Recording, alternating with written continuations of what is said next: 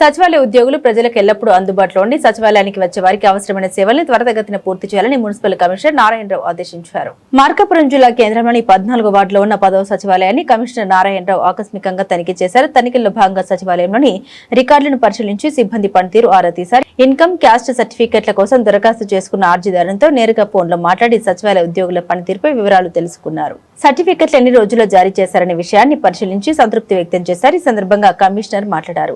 పట్టణంలోని 20 సచివాలయాల్లో ప్రజలకు అందుతున్న సేవలు, మౌలిక వసతులు, సిబ్బంది పనితీరును తెలుసుకునేందుకు ఆకస్మిక తనిఖీలు నిర్వహిస్తున్నట్టు తెలిపారు. అందులో భాగంగానే 10వ సచివాలయాన్ని తనిఖీ చేసినట్టు తెలిపారు. ప్రభుత్వం నిర్దేశించిన సర్వేలు, ప్రజలకు అందించే సేవలు ఎలాంటి పెండింగ్ లేకుండా నిర్ణీత సమయంలో పూర్తి చేస్తున్నారని సిబ్బందిపై సంతృప్తి వ్యక్తం చేశారు.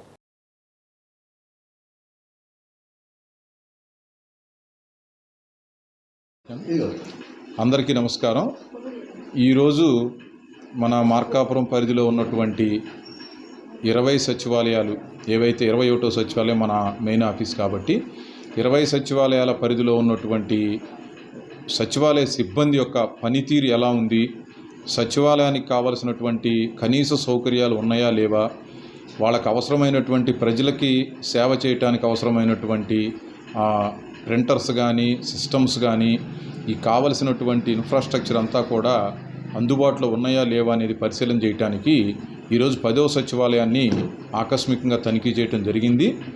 ఈ సచివాలయంలో సచివాలయ సెక్రటరీల యొక్క పనితీరు మంచిగా గుర్తించడం జరిగింది. ఎందుకంటే ఇక్కడ ఏది కూడా ఒక సర్వీస్కి సంబంధించినటువంటి అమౌంట్ పెండింగ్ ఉండటం కానీ, లేదా ప్రజల నుంచి వచ్చినటువంటి సర్వీసులు పెండింగ్లో ఉండటం కానీ, అదేవిధంగా ప్రభుత్వం నిర్దేశించినటువంటి వివిధ రకాలైనటువంటి సర్వేలు కానీ అన్నీ కూడా వీళ్ళు అప్ టు మార్క్ కంప్లీట్ చేసి పర్ఫెక్ట్గా ఉంచుకోవటం జరిగింది. అయితే వీరికి మరికొన్ని సూచనలు కూడా ఇవ్వటం జరిగింది. ప్రధానంగా ఏ పథకం ఇంప్లిమెంట్ చేసేటప్పుడైనా సరే, ఫీల్డ్లో వర్క్ చేసేటప్పుడు ఖచ్చితంగా ప్రజాప్రతినిధులని పరిగణలోనికి తీసుకుని ప్రజాప్రతినిధి యొక్క సూచనలతోటి వారు ఇచ్చేటటువంటి సలహాలను కూడా పాటిస్తూ ప్రజలకి సేవలు అందించవలసిందిగా కూడా వీరు ప్రత్యేకంగా తెలియజేయడం జరిగింది.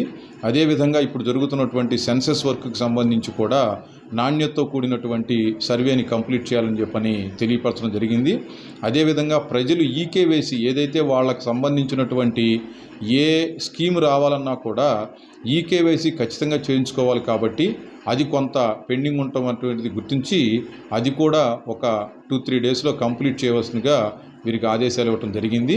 అదేవిధంగా ఈ సచివాలయ పరిధిలో ఉన్నటువంటి అర్జీదారులు ఎవరైతే ఉన్నారో వారిలో ఒకరికి ఫోన్ చేసి వారితో కూడా ఇంటరాక్ట్ కావడం జరిగింది.